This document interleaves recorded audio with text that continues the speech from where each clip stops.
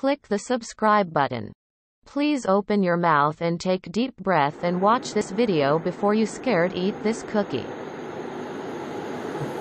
नमस्कार बच्चों, आज मैं आपके लिए कक्षा 10 का सामाजिक ज्ञान इतिहास का अध्याय 1 यूरोप में राष्ट्रवाद का उदय लेकर आया हूँ।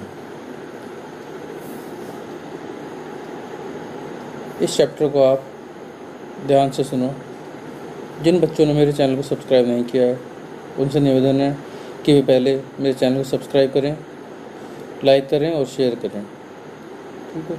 और जिन ज़रूरतमंद बच्चों को इसकी ज़रूरत है उन बच्चों को इसे प्रोवाइड करें, ठीक है। अब मैं आगे इस अध्याय की शुरुआत करता हूँ। तो आपका पहला अध्याय है यूरोप में राष्ट्रवाद का उदय। जैसा आप सामने देख रहे हैं, अध्याय का नाम है यूरोप में राष्ट्रवाद का उदय।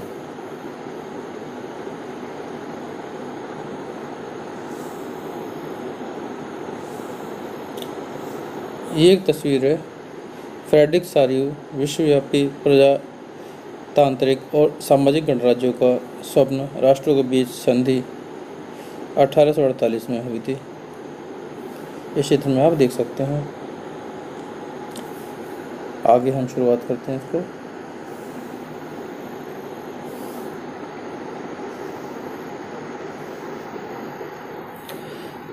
उन 1848 में एक फ्रांसीसी कलाकार फ्रेडरिक सारियू ने 4 चित्रों की एक नई श्रृंखला बनाई।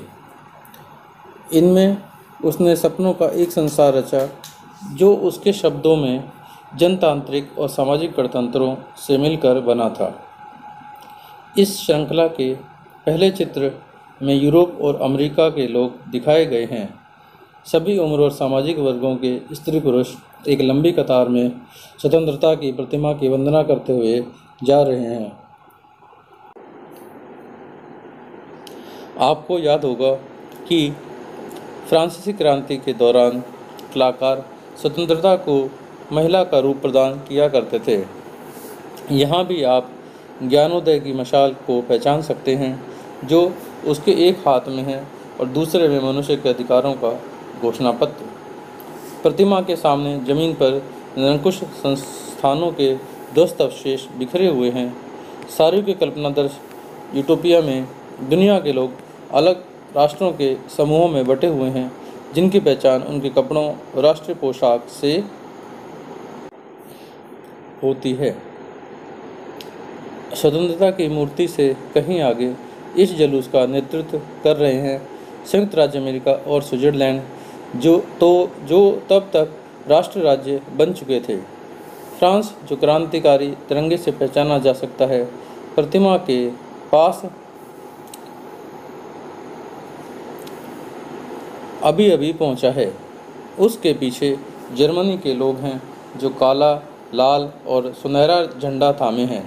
यह दिलचस्प है कि जिस समय सारियू ने यह छवि निर्मित की, जर्मन लोग तब तक एक संयुक्त राष्ट्र का हिस्सा नहीं बने थे। जो झंडा वे थामे हुए हैं वह 1848 की उदारवादी उम्मीदों की अभिव्यक्ति है, जिनमें अनेक जर्मन भाषी रियासतों को एक प्रजातांत्रिक संविधान के अंतर्गत एक राष्ट्र राज्य में गठित करने की चाह थी। जर्मन लोगों के बाद ऑस्ट्रिया, 2 सिसिलियों की राजशाही, Lombardy, Poland, England, Ireland, Hungary और रूस के लोग हैं। ऊपर स्वर्ग से ईसा मसीह, संत और फरिश्ते इस दृश्य पर अपनी नज़रें जमाए हुए हैं। चित्रकार ने उनका इस्तेमाल दुनिया के राष्ट्रों के बीच भाईचारे के प्रतीक के रूप में किया है। इस अध्याय में ऐसे कई विषय उठाए जाएंगे जिनकी काल्पनिक अभिव्यक्ति सारियू ने चित्र 1 में की थी। 19वीं सदी के दौरान राष्ट्रवाद एक ऐसी ताकत बनकर उभरा जिसने यूरोप के राजनीतिक और मानसिक जगत में भारी परिवर्तन ला दिए। इन परिवर्तनों से अंततः यूरोप के बहुराष्ट्रीय वंशीय साम्राज्यों के स्थान पर राष्ट्र राज्य का उदय हुआ। यूरोप में लंबे समय से एक ऐसे आधुनिक राज्य की गतिविधियां और विचार विकसित हो रहे थे जिसमें स्पष्ट रूप से परिभाषित क्षेत्र पर प्रभुसत्ता एक केंद्रीय शक्ति की थी, लेकिन राष्ट्र राज्य में न केवल उसके शासकों बल्कि उसके अधिकांश नागरिकों में एक साझा पहचान का भाव और साझा इतिहास या विरासत की भावना थी। साझेपन की यह भावना अनंत काल से नहीं थी, यह संघर्षों और नेताओं तथा आम लोगों की सरगर्मियों से निर्मित हुई थी। यह अध्याय उन विविध प्रक्रियाओं पर प्रकाश डालेगा जिनके तहत 19वीं सदी के यूरोप में राष्ट्र राज्य और राष्ट्रवाद अस्तित्व में आए।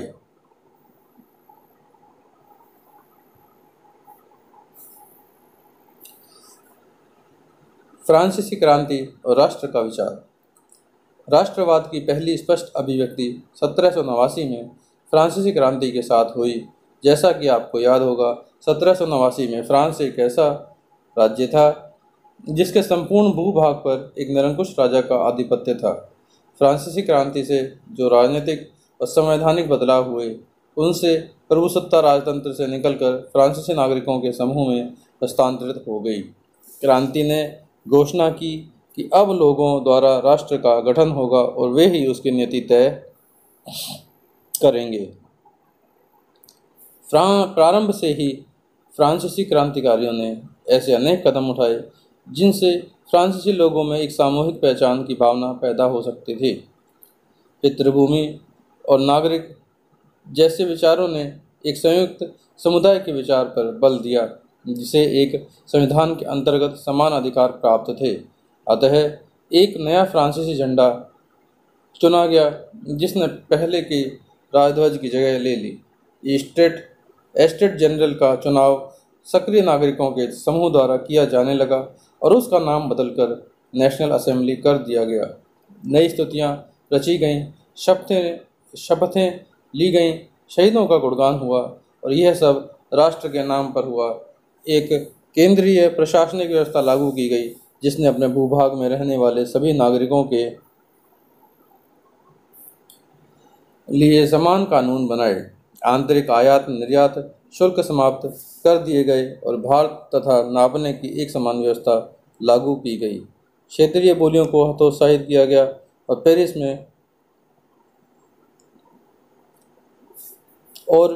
पेरिस में फ्रेंच जैसी बोली और लिखी जाती थी, वहीं राष्ट्र की साझा भाषा बन गई थी। क्रांतिकारियों ने यह भी घोषणा की कि फ्रांसीसी राष्ट्र का यह भाग्य और लक्ष्य था कि वह यूरोप के लोगों को निरंकुश शासकों से मुक्त कराए। दूसरे शब्दों में, फ्रांस यूरोप के अन्य लोगों को राष्ट्रों में गठित होने में मदद देगा। जब फ्रांस की घटनाओं की खबर यूरोप के विभिन्न शहरों में पहुंची, तो छात्र तथा शिक्षित मध्य वर्गों के अन्य सदस्य जैकोबिन क्लबों की स्थापना करने लगे। उनकी गतिविधियों और अभियानों ने उन फ्रेंच सेनाओं के लिए रास्ता तैयार किया जो 1790 के दशक में हॉलैंड, बेल्जियम, स्विट्जरलैंड और इटली के बड़े इलाके में घुसीं। क्रांतिकारी युद्धों के शुरू होने के साथ ही फ्रांसीसी सेनाएं राष्ट्रवाद के विचार को विदेशों में ले जाने लगीं।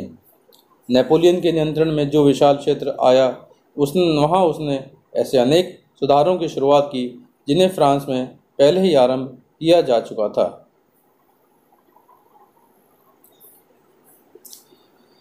फ्रांस में राजतंत्र वापस लाकर नेपोलियन ने निसंदेह वहां प्रजातंत्र को नष्ट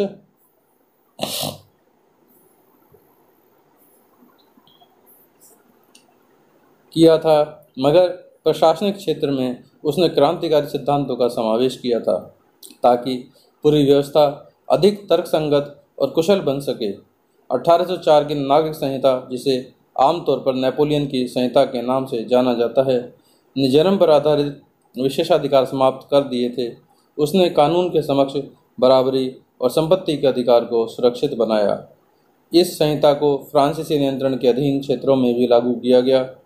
डच गणतंत्र, स्विट्जरलैंड, इटली और जर्मनी में नेपोलियन ने प्रशासनिक विभाजनों को सरल बनाया, सामंती व्यवस्था को खत्म किया और किसानों को भू दासत्व और जागीरदारी शुल्कों से मुक्ति दिलाई।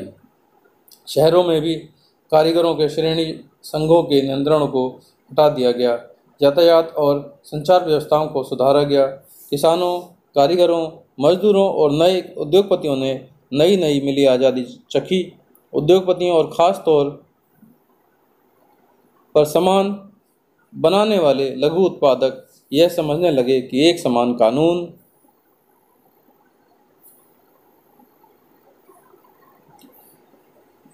मानक भार तथा नाप और एक राष्ट्रीय मुद्रा से एक इलाके से दूसरे इलाके में वस्तुओं और पूंजी के आवागमन में सहूलियत होगी। लेकिन जीते हुए इलाकों में स्थानीय लोगों की फ्रांसीसी शासन के प्रति मिलीजुली प्रतिक्रियाएं थीं। शुरुआत में अनेक स्थानों जैसे हॉलैंड और स्विट्जरलैंड और साथ ही कई शहरों जैसे ब्रसेल्स, मेज, मिलान और वारसा में फ्रांसीसी सेनाओं का स्वतंत्रता का तोहफा देने वालों की तरह स्वागत किया गया।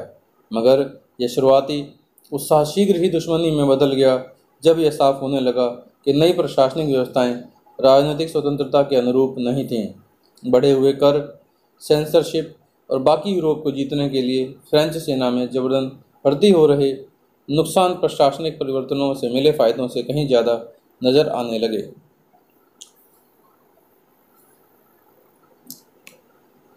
यूरोप में राष्ट्रवाद का निर्माण।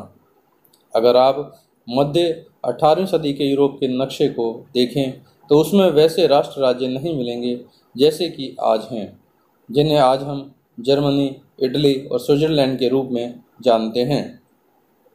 वे तब राजशाहियों, डचियों और कैंटनों में बटे हुए थे, जिनके शासकों के स्वायत्त क्षेत्र थे। पूर्वी और मध्य यूरोप निरंकुश राजतंत्रों के अधीन थे और इन इलाकों में तरह तरह के लोग रहते थे। वे अपने आप को एक सामूहिक पहचान या किसी सामान्य संस्कृति का भागीदार नहीं मानते थे।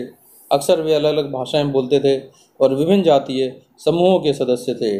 उदाहरण के तौर पर ऑस्ट्रिया हंगरी पर शासन करने वाला हैब्सबर्ग साम्राज्य कई अलग अलग क्षेत्रों और जनसमूहों को जोड़कर बना था। इसमें एल्प्स के दौरा, टिराल, ऑस्ट्रिया और सुडेटेनलैंड जैसे इलाकों के साथ साथ बोहेमिया भी शामिल था, जहाँ के कुलीन वर्ग में जर्मन भाषा बोलने वाले ज़्यादा थे। हैब्सबर्ग साम्राज्य में लॉम्बार्डी और वेनेशिया जैसे इतालवी भाषी प्रांत भी शामिल थे। हंगरी में आधे लोग मैग्यार भाषा बोलते थे, जबकि बाकी लोग विभिन्न बोलियों का इस्तेमाल करते थे।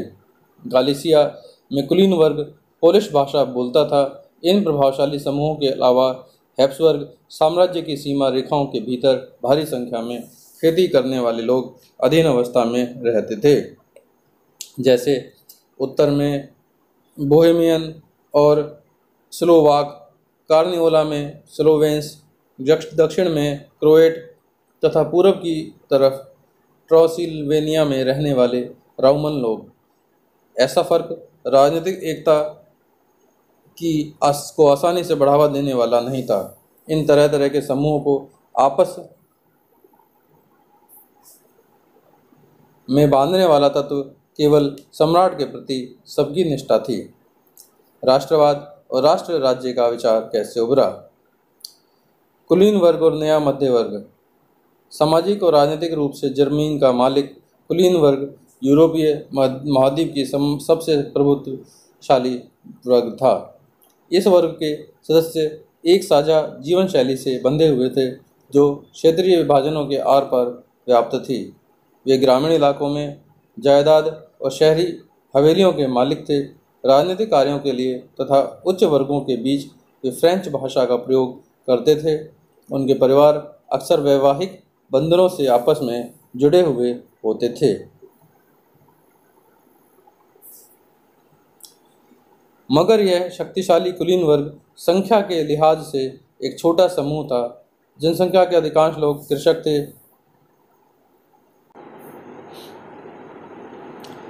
पश्चिम में ज़्यादातर जमीन पर किराएदार और छोटे काश्तकार खेती करते थे, जबकि पूर्वी और मध्य यूरोप में भूमि विशाल जागीरों में बटी थी जिस पर भूदास खेती करते थे। पश्चिमी और मध्य यूरोप के हिस्सों में औद्योगिक उत्पादन और व्यापार में वृद्धि से शहरों का विकास और वाणिज्य वर्गों का उदय हुआ। जिनका अस्तित्व बाजार के लिए उत्पादन पर टिका था। इंग्लैंड में औद्योगिकरण 18वीं सदी के दूसरे भाग में आरंभ हुआ, लेकिन फ्रांस और जर्मनी के राज्यों के कुछ हिस्सों में यह 19वीं शताब्दी के दौरान ही हुआ। इस प्रक्रिया के फलस्वरूप नए सामाजिक समूह अस्तित्व में आए। श्रमिक वर्ग के लोग और मध्य वर्ग जो उद्योगपतियों, व्यापारियों और सेवा क्षेत्र के लोगों से बने। मध्य और पूर्वी यूरोप में इन समूहों का आकार 19वीं सदी के अंतिम दशकों तक छोटा था। कुलीन विशेषाधिकारों की समाप्ति के बाद शिक्षित और उदारवादी मध्य वर्गों के बीच ही राष्ट्रीय एकता के विचार लोकप्रिय हुए। उदारवादी राष्ट्रवाद के क्या मायने थे?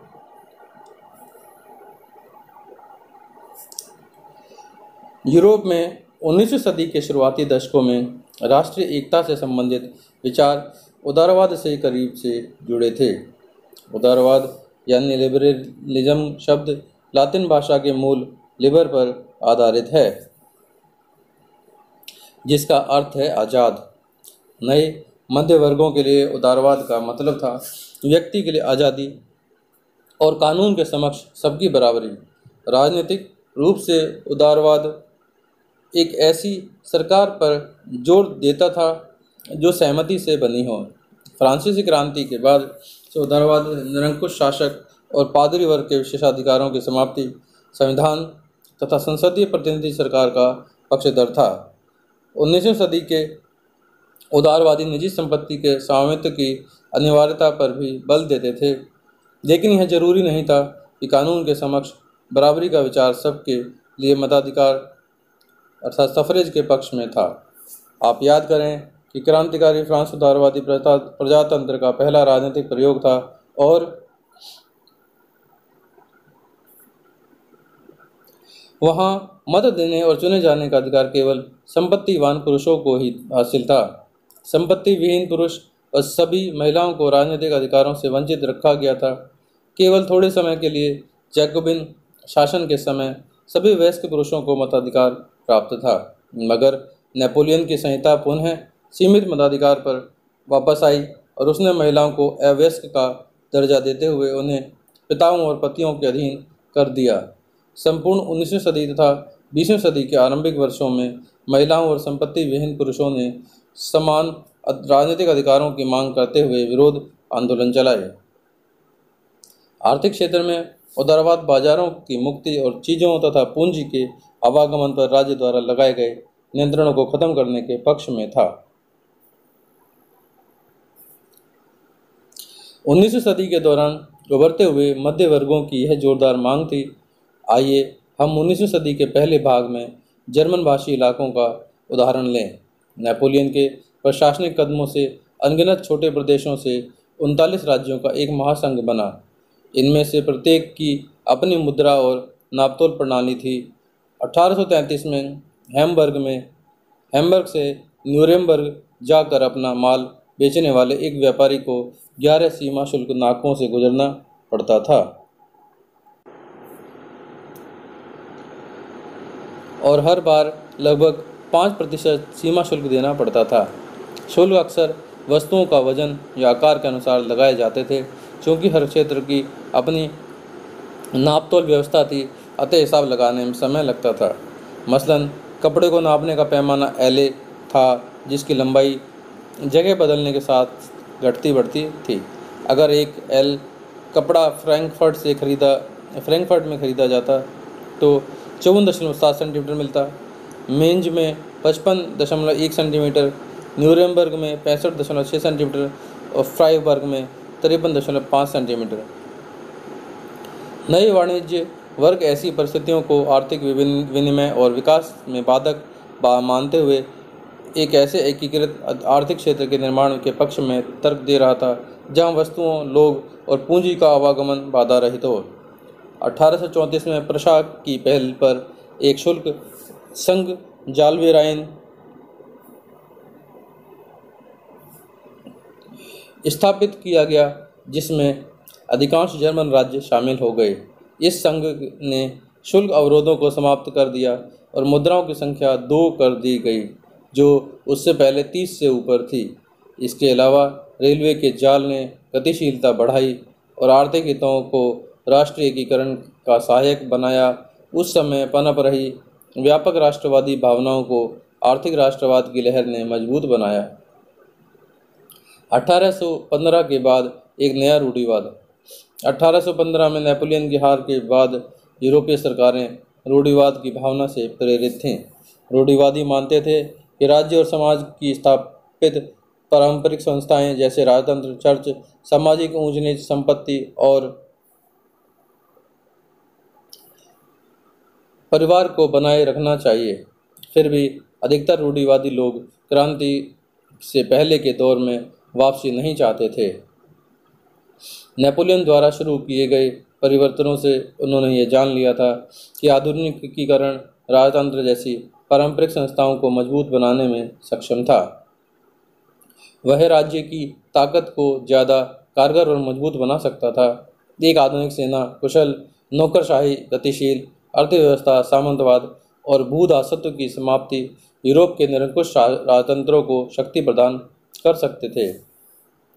1815 में ब्रिटेन, रूस, प्रशा और ऑस्ट्रिया जैसी यूरोपीय शक्तियां जिन्होंने मिलकर नेपोलियन को हराया था के प्रतिनिधि यूरोप के लिए एक समझौता तैयार करने के लिए वियना में मिले। इस सम्मेलन की मेजबानी ऑस्ट्रिया के चांसलर ड्यूक मेटरनिख ने की। इसमें प्रतिनिधियों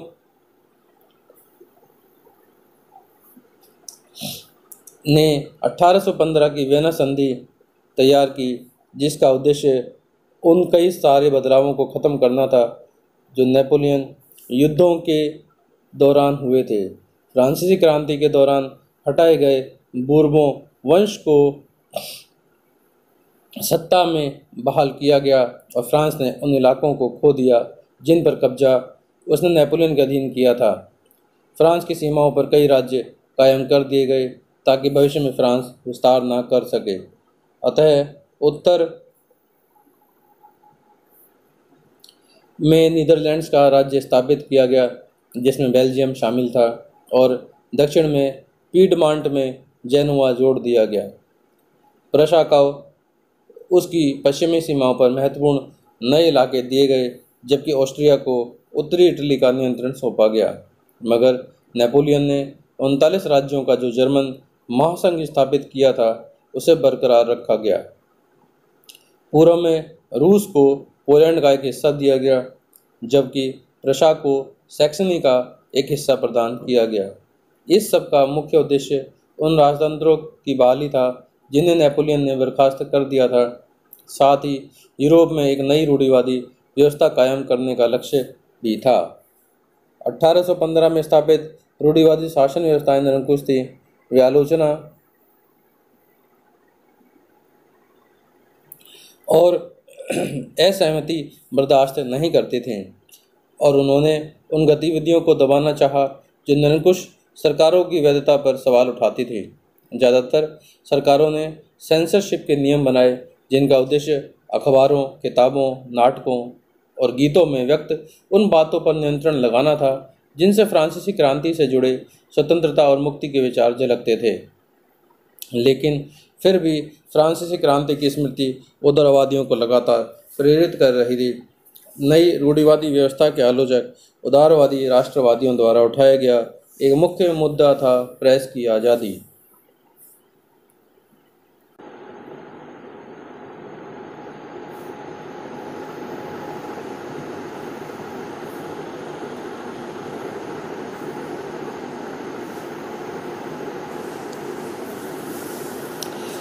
क्रांतिकारी 1815 के बाद के वर्षों में दमन के भय ने अनेक उदारवादी राष्ट्रवादियों को भूमिगत कर दिया।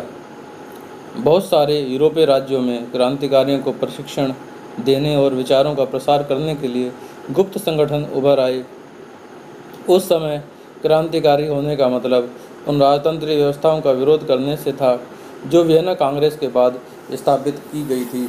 साथ ही स्वतंत्रता और मुक्ति के लिए प्रतिबद्ध होना और संघर्ष करना क्रांतिकारी होने के लिए जरूरी था। ज़्यादातर क्रांतिकारी राष्ट्र राज्यों की स्थापना को आज़ादी के इस संघर्ष का अनिवार्य हिस्सा मानते थे। ऐसा ही एक व्यक्ति था इटली का क्रांतिकारी जियोसेपी मैस्सिनी। उनका जन्म 1807 में जनोआ में हुआ था और वह कार्बोनारी के गुप्त संगठन का सदस्य बन गया। 24 साल की युवावस्था में लिगुरिया में क्रांति करने के लिए उसे बहिष्कृत कर दिया गया। तत्पश्चात उसने 2 और भूमिगत संगठनों की स्थापना की। पहला था मार्सेई में यंग इटली और दूसरा बर्न में यंग यूरोप, जिसके सदस्य पोलैंड, फ्रांस, इटली और जर्मन राज्यों में समान विचार रखने वाले युवा थे। मैसिनी का विश्वास था कि ईश्वर की मर्जी के अनुसार राष्ट्र ही मनुष्यों की प्राकृतिक इकाई थी। अतः इटली छोटे राज्यों और प्रदेशों के पैबंदों की तरह नहीं रह सकता था। उसे जोड़कर राष्ट्रों के व्यापक गठबंधन के अंदर एकीकृत गणतंत्र बनाना ही था। यह एकीकरण ही इटली की मुक्ति का आधार हो सकता था। उसके इस मॉडल की देखा देखी जर्मनी, फ्रांस, स्विट्जरलैंड और पोलैंड में गुप्त संगठन कायम किए गए। मैसिनी द्वारा राजतंत्र का घोर विरोध करके प्रजातांत्रिक गणतंत्रों के अपने स्वप्न से मैसिनी ने रूढ़िवादियों को हरा दिया। मैटरनिक ने उसे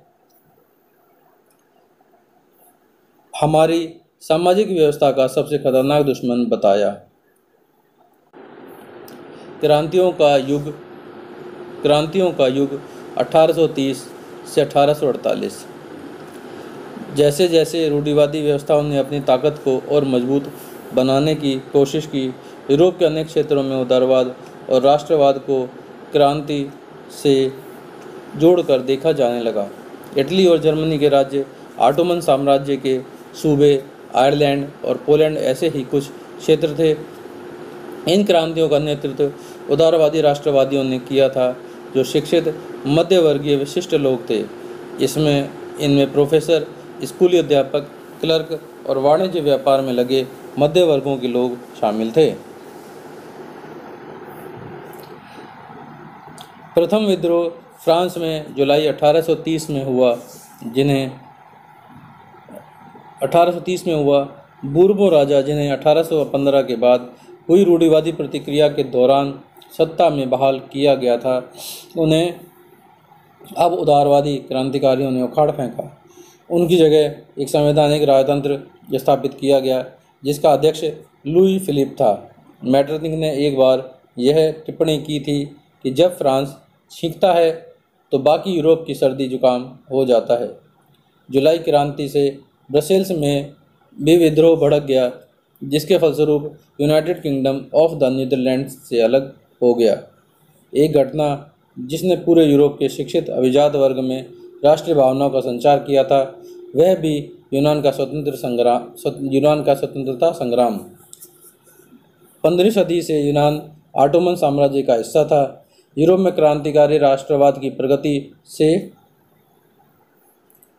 यूनानियों का आज़ादी के लिए संघर्ष 1821 में आरंभ हो गया। यूनान में राष्ट्रवादियों को निर्वासन में रह रहे यूनानियों के साथ पश्चिम यूरोप के अनेक लोगों का भी समर्थन मिला, जो प्राचीन यूनानी संस्कृति हेलेनिज्म के प्रति सहानुभूति रखते थे। कवियों और कलाकारों ने यूनान को यूरोपीय सभ्यता का पालना बताकर प्रशंसा की और एक मुस्लिम साम्राज्य के विरुद्ध यूनान के संघर्ष के लिए जनमत जुटाया। अंग्रेज कवि लॉर्ड बायरन ने धन इकट्ठा किया और बाद में युद्ध में लड़ने भी गए, जहां 1824 में बुखार से उनकी मृत्यु हो गई। अंततः 1832 की कुस्तुतुनिया की संधि ने यूनान को एक स्वतंत्र राष्ट्र की मान्यता दी। रूमानी कल्पना और राष्ट्रीय भावना। राष्ट्रवाद का विकास केवल युद्धों और क्षेत्र विस्तार से नहीं हुआ। राष्ट्र के विचार के निर्माण में संस्कृति ने एक अहम भूमिका निभाई। कला, काव्य, कहानियों, किस्सों और संगीत ने राष्ट्रवादी भावनाओं को गढ़ने और व्यक्त करने में सहयोग दिया। आइए हम रूमानीवाद को देखें, जो एक ऐसा सांस्कृतिक आंदोलन था जो एक खास तरह की राष्ट्रीय भावना का विकास करना चाहता था। आमतौर पर रूमानी कलाकारों और कवियों ने तर्क वितर्क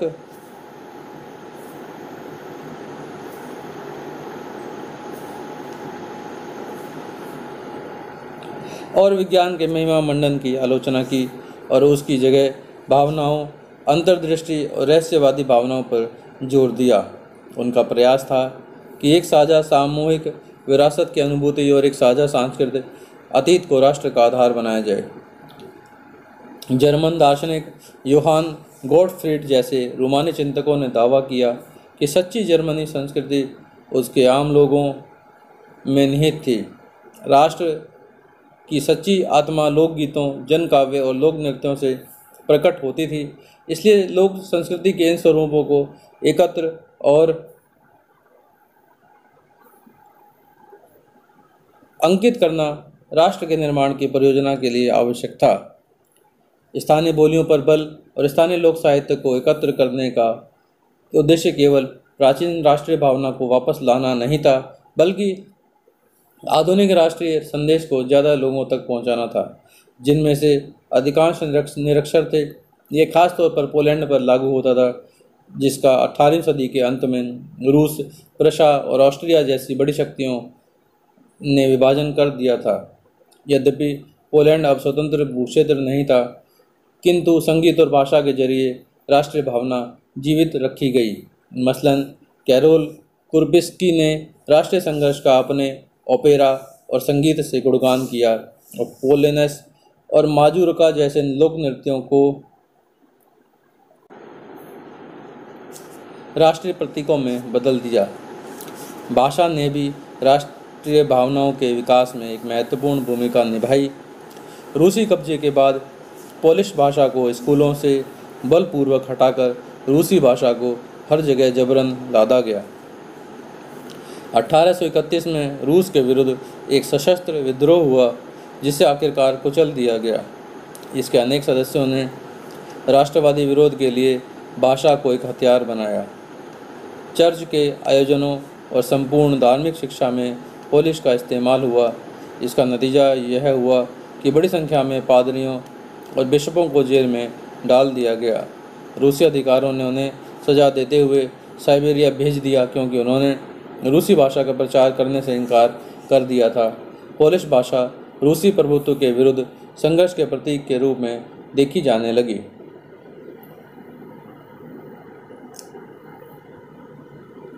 भूख, कठिनाइयाँ और जन विद्रोह। 1830 का दशक यूरोप में भारी कठिनाइयाँ लेकर आया। 19वीं सदी के प्रथम भाग में पूरे यूरोप में जनसंख्या में ज़बरदस्त वृद्धि हुई। ज़्यादातर देशों में नौकरी ढूंढने वालों की तादाद उपलब्ध रोजगार से अधिक थी।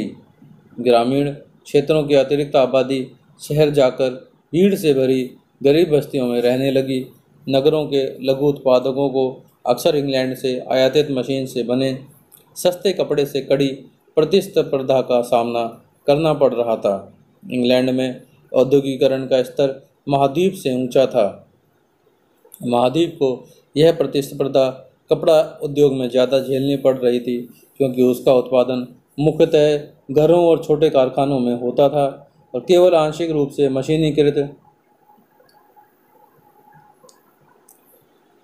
था। यूरोप के उन इलाकों में जहां कुलीन वर्ग अभी भी सत्ता में था, कृषक सामंती शुल्कों और जिम्मेदारियों के बोझ तले दबे थे।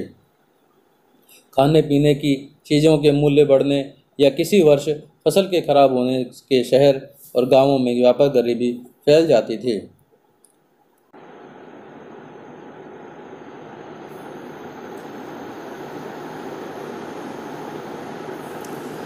(1848) ऐसा ही एक वर्ष था। खाने पीने की कमी और व्यापक बेरोजगारी से पेरिस के लोग सड़कों पर उतर आए। जगह जगह अवरोध लगाए गए और लुई फिलिप को भागने पर मजबूर किया गया। राष्ट्रीय सभा अथवा नेशनल असेंबली ने एक गणतंत्र की घोषणा करते हुए 21 वर्ष से ऊपर सभी वयस्क पुरुषों को मताधिकार प्रदान किया और काम के अधिकार की गारंटी दी। रोजगार उपलब्ध कराने के लिए राष्ट्रीय कारखाने स्थापित किए गए। इससे पहले 1845 में सिलेसिया में बुनकरों ने उन ठेकेदारों के खिलाफ विद्रोह कर दिया था जो उन्हें कच्चा माल देकर निर्मित कपड़ा लेते थे, परंतु दाम बहुत कम थे। पत्रकार विल्हेम वोल्फ ने सिलेसिया के एक गांव की घटनाएं इस प्रकार बयान की।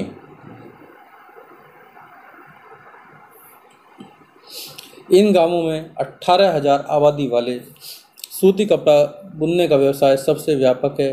श्रमिकों की हालत खस्ता है। काम के लिए बेताब लोगों का फ़ायदा उठाकर और ठेकेदारों ने बनवाए जाने वाले माल की कीमतें गिरा दी हैं।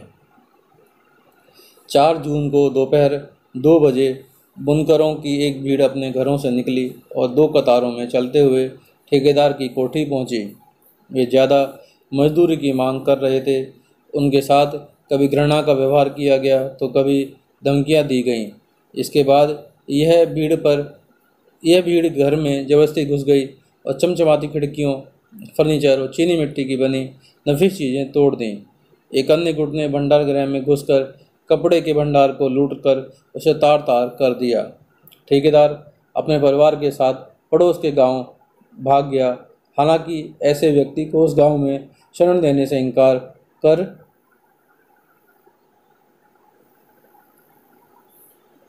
दिया। वह 24 घंटों बाद सेना को बुलाकर उसकी मदद से लौटा। इसके बाद जो टकराव हुआ उसमें 11 बुनकरों को गोली मार दी गई। 1848 उदारवादियों की क्रांति। 1848 में जब अनेक यूरोपीय देशों में गरीबी, बेरोजगारी और भुखमरी से ग्रस्त किसान मजदूर विद्रोह कर रहे थे, तब उसके समानांतर पढ़े लिखे मध्य वर्गों की एक क्रांति भी हो रही थी। फरवरी 1848 की घटनाओं से राजा को गद्दी छोड़नी पड़ी थी और एक गणतंत्र की घोषणा की गई जो सभी पुरुषों के सार्वत्रिक मताधिकार पर आधारित था। यूरोप के अन्य भागों में जहां अभी तक स्वतंत्र राष्ट्र राज्य अस्तित्व में नहीं आए थे, जैसे Germany, Italy, Poland, Austro Hungarian साम्राज्य, वहां के उदारवादी मध्य वर्गों के स्त्री पुरुषों ने संविधानवाद की मांग को राष्ट्रीय एकीकरण की मांग से जोड़ दिया। उन्होंने बढ़ते जन असंतोष का फायदा उठाया और एक राष्ट्र राज्य के निर्माण की मांगों को आगे बढ़ाया। ये राष्ट्र राज्य संविधान, प्रेस की स्वतंत्रता और संगठन बनाने की आज़ादी जैसे संसदीय सिद्धांतों पर आधारित था।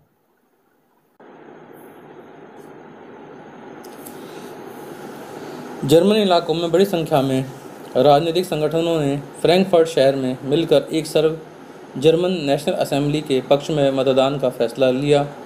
18 मई 1848 को 831 निर्वाचित प्रतिनिधियों ने एक सजे धजे जुलूस में जाकर फ्रैंकफर्ट संसद में अपना स्थान ग्रहण किया।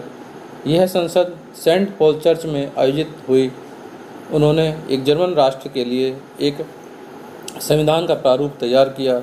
इस राष्ट्र की अध्यक्षता एक ऐसे राजा को सौंपी गई जिसे संसद के अधीन रहना था। जब प्रतिनिधियों ने प्रशा के राजा फ्रेडरिक विलियम चतुर्थ को ताज पहनाने की पेशकश की तो उसने उसे अस्वीकार कर उन राजाओं का साथ दिया जो निर्वाचित सत्ता के विरोधी थे। जहाँ कुलीन वर्ग और सेना का विरोध बढ़ गया, वहीं संसद का सामाजिक आधार कमज़ोर हो गया और संसद में मध्य वर्गों का प्रभाव अधिक था, जिन्होंने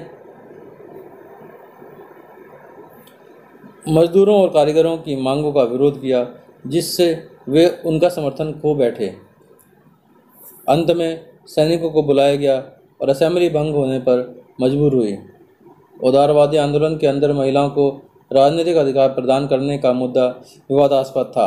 हालांकि आंदोलन में वर्षों से बड़ी संख्या में महिलाओं ने सक्रिय रूप से भाग लिया था। महिलाओं ने अपने राजनीतिक संगठन स्थापित किए, अखबार शुरू किए और राजनीतिक बैठकों और प्रदर्शनों में शिरकत की। इसके बावजूद उन्हें असेंबली के चुनाव के दौरान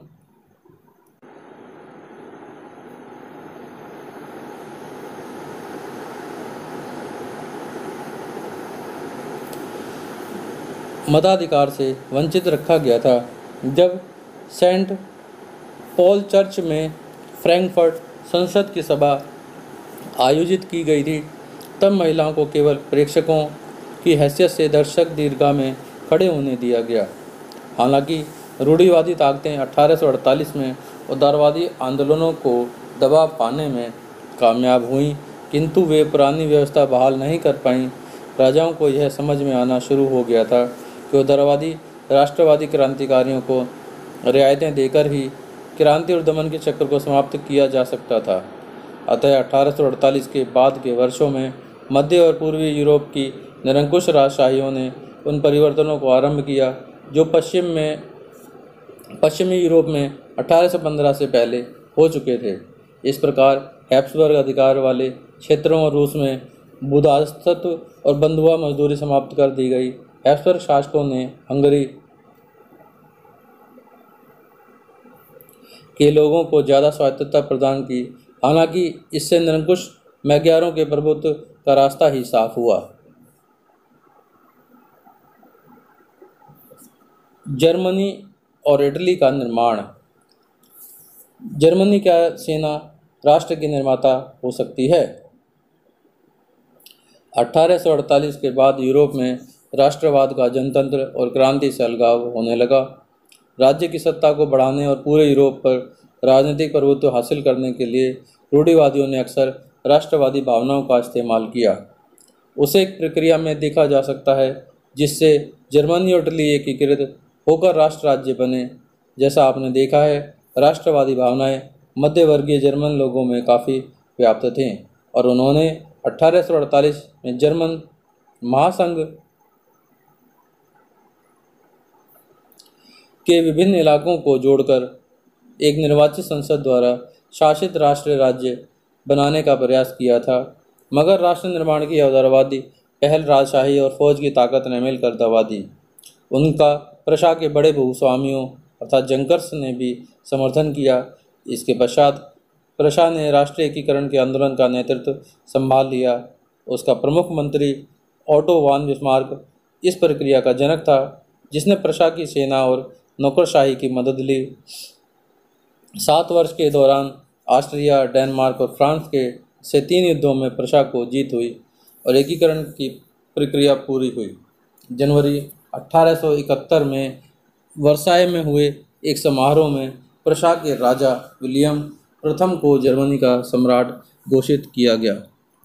18 जनवरी 1871 की सुबह बेहद ठंडी थी। जर्मन राज्यों के राजकुमारों, सेना के प्रतिनिधियों और प्रमुख मंत्री ऑटो वान बिस्मार्क समेत प्रशा के महत्वपूर्ण मंत्रियों की एक बैठक वर्साय के महल के बेहद ठंडे Sheesh Mahal hall of mirrors में हुई। सभा ने प्रशा के काइजर विलियम्स प्रथम के नेतृत्व में नए जर्मन साम्राज्य की घोषणा की। जर्मनी में राष्ट्र निर्माण ने प्रशा राज्य की शक्ति के प्रभुत्व को दर्शाता था। नए राज्य ने जर्मनी की मुद्रा, बैंकिंग और कानूनी तथा न्यायिक व्यवस्थाओं के आधुनिकीकरण पर काफ़ी जोर दिया और प्रशा द्वारा उठाए कदम और उसकी कार्रवाइयाँ बाकी जर्मनी के लिए अक्सर एक मॉडल बना।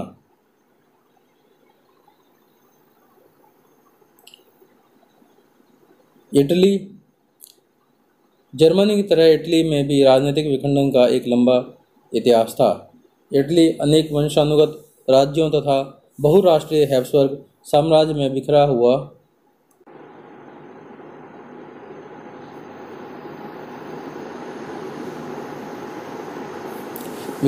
था। 19वीं सदी के मध्य में इटली 7 राज्यों में बटा हुआ था, जिनमें से केवल एक सार्डिनिया, पीडमोंट में एक इतालवी राजघराने का शासन था। उत्तरी भाग ऑस्ट्रियाई हैब्सबर्गों के अधीन था।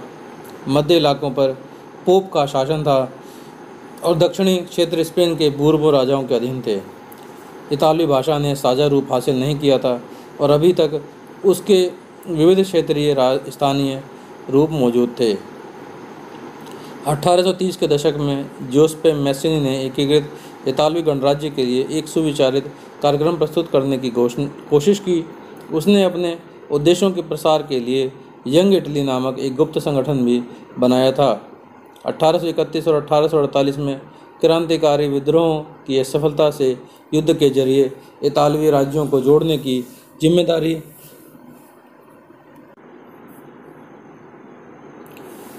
सार्डिनिया पीडमोंट के शासक विक्टर इमैनुएल द्वितीय पर आ गई। इस क्षेत्र के शासक अभिजात वर्ग की नज़रों में एकीकृत इटली उनके लिए आर्थिक विकास और राजनीतिक प्रभुत्व की संभावनाएं उत्पन्न करता था। मंत्री प्रमुख कावूर, जिसने इटली के प्रदेशों को एकीकृत करने वाले आंदोलन का नेतृत्व किया, ना तो एक क्रांतिकारी था और ना ही जनतंत्र में विश्वास रखने वाला। इतालवी अभिजात वर्ग के तमाम अमीर और शिक्षित सदस्यों की तरह वह इतालवी भाषा से कहीं बेहतर फ्रेंच बोलता था। फ्रांस से सार्डिनिया पीडमांट की एक चतुर कूटनीतिक संधि, जिसके पीछे कावूर का हाथ था, से सार्डिनिया पीडमांट 1859 में ऑस्ट्रियाई बलों को हरा पाने में कामयाब हुआ। नियमित सैनिकों के अलावा जोसेफ गैरिबोल्डी के नेतृत्व में भारी संख्या में सशस्त्र स्वयंसेवकों ने इस युद्ध में हिस्सा लिया। 1860 में वे दक्षिण इटली और 2 सिसिलियों के राज्य में प्रवेश कर गए और स्पेनी शासकों को हटाने के लिए स्थानीय किसानों का समर्थन पाने में सफल रहे। 1861 में इमैनुअल द्वितीय को एकीकृत इटली का राजा घोषित किया गया, मगर इटली के अधिकांश निवासी, जिनमें निरक्षरता की दर काफ़ी ऊंची थी, अभी भी उदारवादी राष्ट्रवादी विचारधारा से अनजान थे। दक्षिण इटली में जिन आम किसानों ने गैरिबोल्डी को समर्थन दिया था, उन्होंने इटालिया के बारे में कभी सुना ही नहीं था और वे मानते थे कि इटालिया विक्टर इमैनुअल की पत्नी थी। ब्रिटेन दास्तान। कुछ विद्वानों ने तर्क दिया है कि राष्ट्र राज्य का मॉडल या आदर्श ग्रेट ब्रिटेन है। ब्रिटेन में राष्ट्र राज्य का निर्माण अचानक हुई कोई उथल पुथल या क्रांति का परिणाम नहीं था। यह एक लंबी चलने वाली प्रक्रिया का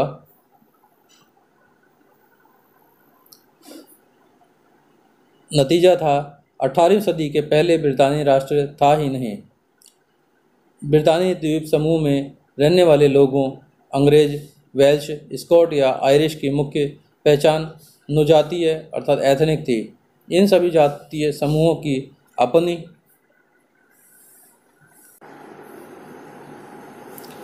सांस्कृतिक और राजनीतिक परंपराएं थीं, लेकिन जैसे जैसे आंग्ल राष्ट्र की धन दौलत, अहमियत और सत्ता में वृद्धि हुई, वह द्वीप समूह के अन्य राष्ट्रों पर अपना प्रभुत्व बढ़ाने में सफल हुआ। एक लंबे टकराव और संघर्ष के बाद आंग्ल संसद ने 1688 में राजतंत्र से ताकत छीन ली थी। इस संसद के माध्यम से एक राष्ट्र राज्य का निर्माण हुआ, जिसके केंद्र में इंग्लैंड था। इंग्लैंड और स्कॉटलैंड के बीच एक्ट ऑफ यूनियन 1707 से United kingdom of great Britain का गठन हुआ। इसने इंग्लैंड व्यवहार में स्कॉटलैंड पर अपना प्रभुत्व जमा पाया। इसके बाद ब्रितानी संसद ने आंग्ल सदस्यों का दबदबा रहा। एक ब्रितानी पहचान के विकास का अर्थ यह हुआ कि स्कॉटलैंड की खास संस्कृति और राजनीतिक संस्थानों को योजनाबद्ध तरीके से दबाया गया। स्कॉटिश हाईलैंड्स के निवासी, जिन कैथोलिक कुत्लों ने जब भी अपनी आज़ादी को व्यक्त करने का प्रयास किया, उन्हें जबरदस्त दमन का सामना करना पड़ा। स्कॉटिश हाईलैंड्स के लोगों को अपनी गेलिक भाषा बोलने या अपनी राष्ट्रीय पोशाक पहनने की मनाही थी। उनमें से बहुत सारे लोगों को अपना वतन छोड़ने पर मजबूर किया गया। आयरलैंड का भी कुछ ऐसा ही हश्र हुआ। वह देश कैथोलिक और प्रोटेस्टेंट धार्मिक गुटों में गहराई में बटा हुआ था। अंग्रेज़ों ने आयरलैंड में प्रोटेस्टेंट धर्म मानने वालों को बहुसंख्यक कैथोलिक देश पर प्रभुत्व बढ़ाने में सहायता की। ब्रितानी प्रभाव के विरुद्ध हुए कैथोलिक विद्रोह को निर्ममता से कुचल दिया गया। वोल्फ टाउन और उसके यूनाइटेड आयरिशमैन 1798 की अगुवाई में हुए असफल विद्रोह के बाद 1801 में आयरलैंड को बलपूर्वक यूनाइटेड किंगडम में शामिल कर दिया गया। एक नए ब्रितानी राष्ट्र का निर्माण किया गया, जिस पर हावी आंग्ल संस्कृति का प्रचार प्रसार किया गया। नए ब्रिटेन के प्रतीक चिन्हों, ब्रितानी झंडा, यूनियन जैक और राष्ट्रीय गान God save our noble king को खूब बढ़ावा दिया गया और पुराने राष्ट्र इस संघ में मातहत सहयोगी के रूप में ही रह पाए।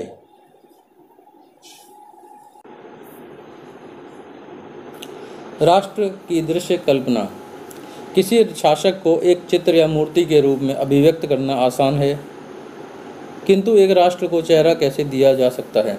18वीं और 19वीं सदी में कलाकारों ने राष्ट्र का मानवीकरण करके इस प्रश्न को हल किया। दूसरे शब्दों में उन्होंने देश को कुछ यूं चित्रित किया जैसे वह कोई व्यक्ति हो। उस समय राष्ट्रों को नारी वेश में प्रस्तुत किया जाता था। राष्ट्र को व्यक्ति का जामा पहनाते हुए जिस नारी को चुना गया वह असल जीवन में कोई खास महिला नहीं थी, वह तो राष्ट्र के अमूर्त विचार को ठोस रूप प्रदान करने का प्रयास था, यानी नारी की छवि राष्ट्र का रूपक बन गई।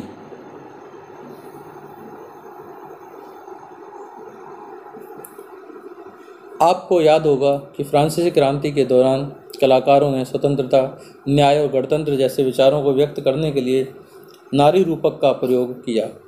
इन आदर्शों को विशेष वस्तुओं या प्रतीकों से व्यक्त किया गया था। जैसा कि आपको याद होगा, स्वतंत्रता का प्रतीक लाल टोपी या टूटी जंजीर है और इंसाफ को आमतौर पर एक ऐसी महिला के प्रतीकात्मक रूप से व्यक्त किया जाता है जिसकी आंखों पर पट्टी बंधी हुई है और वह तराजू लिए हुए है। इसी प्रकार के नारी रूपकों का आविष्कार कलाकारों ने उसे 19वीं सदी में किया। फ्रांस में उसे लोकप्रिय ईसाई नाम मॉरियन दिया गया, जिसने जन राष्ट्र के विचार को रेखांकित किया। उसने चिन्ह भी स्वतंत्रता और गणतंत्र थे, लाल टोपी, तिरंगा और कलगी। मॉरियन की प्रतिमाएं सार्वजनिक चौकों पर लगाई गईं ताकि जनता को एकता के राष्ट्रीय प्रतीक की याद आती रहे और लोग उससे तादात्म्य स्थापित कर सकें। मॉरियन की छवि सिक्कों और डाक टिकटों पर अंकित की गई। इसी तरह जर्मन राष्ट्र का रूपक बन गई। चाक्षुष अभिव्यक्तियों में जर्मनिया बलूत वृक्ष के पत्तों का मुकुट पहनती है, क्योंकि जर्मन बलूत वीरता का प्रतीक हैं।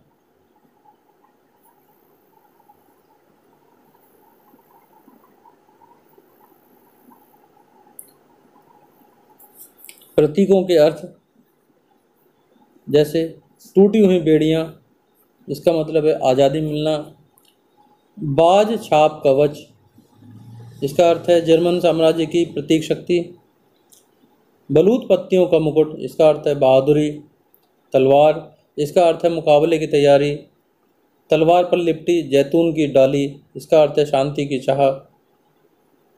काला, लाल और सुनहरा तिरंगा, इसका अर्थ है 1848 में उदारवादी राष्ट्रों का झंडा, जिसे जर्मन राज्यों के ड्यूक्स ने प्रतिबंधित कर दिया। उगते सूर्य की किरणें, एक नए युग का सूत्रपात।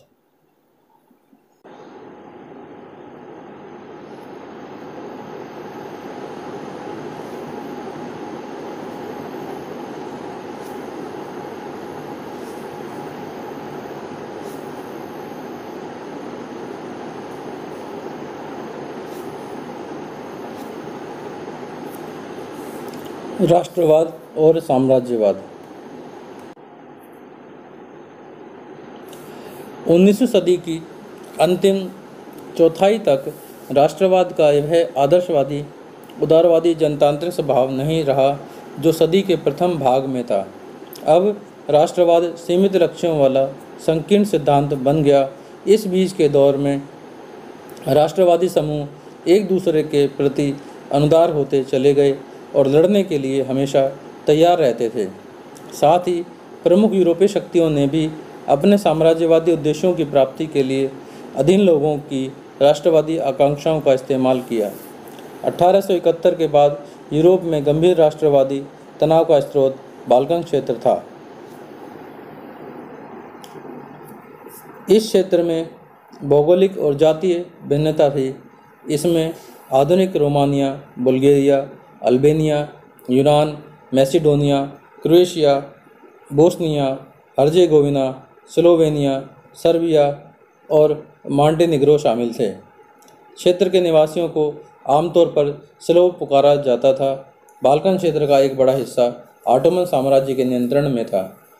बाल्कन क्षेत्र में रोमानी राष्ट्रवाद के विचारों के फैलने और ऑटोमन साम्राज्य के विघटन से स्थिति काफ़ी विस्फोटक हो गई। 19वीं सदी में ऑटोमन साम्राज्य ने आधुनिकीकरण और आंतरिक सुधारों के लिए मजबूत बनना चाहता, किंतु इसमें उसे बहुत कम सफलता मिली। एक के बाद एक उसके अधीन यूरोपीय राष्ट्रीयताएं उसके चंगुल से निकलकर स्वतंत्रता की घोषणा करने लगीं। बाल्कन लोगों ने आज़ादी या राजनीतिक अधिकारों के अपने दावों को राष्ट्रीयता का आधार दिया।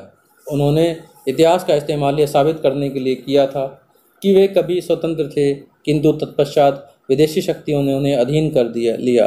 अतः बाल्कन क्षेत्र के विद्रोही राष्ट्रीय समूह ने अपने संघर्षों को लंबे समय से खोई आज़ादी को वापस पाने के प्रयास के रूप में देखा। जैसे जैसे कुतुब-उल-सलाव राष्ट्रीय समूह ने अपनी पहचान और स्वतंत्रता की परिभाषा तय करने की कोशिश की, बाल्कन क्षेत्र गहरे टकराव का क्षेत्र बन गया। बाल्कन राज्य एक दूसरे से भारी ईर्ष्या करते थे और हर एक राज्य अपने लिए ज़्यादा से ज़्यादा इलाका हथियाने की उम्मीद रखता था।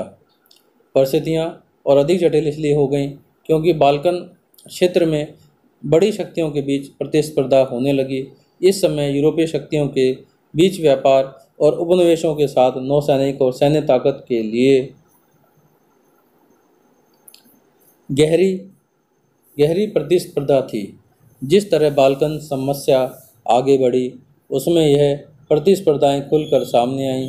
रूस, जर्मनी, इंग्लैंड, ऑस्ट्रो-हंगरी की हर ताकत बाल्कन पर अन्य शक्तियों की पकड़ को कमज़ोर करके क्षेत्र में अपने प्रभाव को बढ़ाना चाहती थीं। इससे इस इलाके में कई युद्ध हुए और अंततः प्रथम विश्व युद्ध हुआ।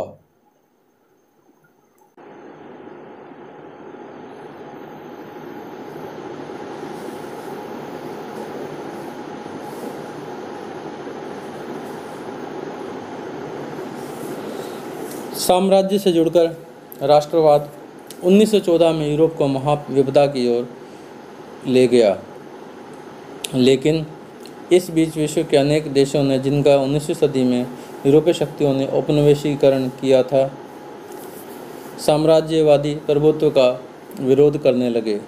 हर तरफ जो साम्राज्य विरोधी आंदोलन विकसित हुए, इस अर्थ में राष्ट्रवादी थे कि वे सभी स्वतंत्र राज्य का निर्माण करने के लिए संघर्ष कर रहे थे। वे सभी एक सामूहिक राष्ट्रीय एकता की भावना से प्रेरित थे, जो साम्राज्यवाद विरोध की प्रक्रिया में उभरी। राष्ट्रवाद के यूरोपीय विचार कहीं और नहीं दोहराए गए, क्योंकि हर जगह लोगों ने अपनी तरह का विशिष्ट राष्ट्रवाद विकसित किया, मगर यह विचार कि समाजों को राष्ट्र राज्यों में गठित किया जाना चाहिए, अब स्वाभाविक और सार्वभौम मान लिया गया।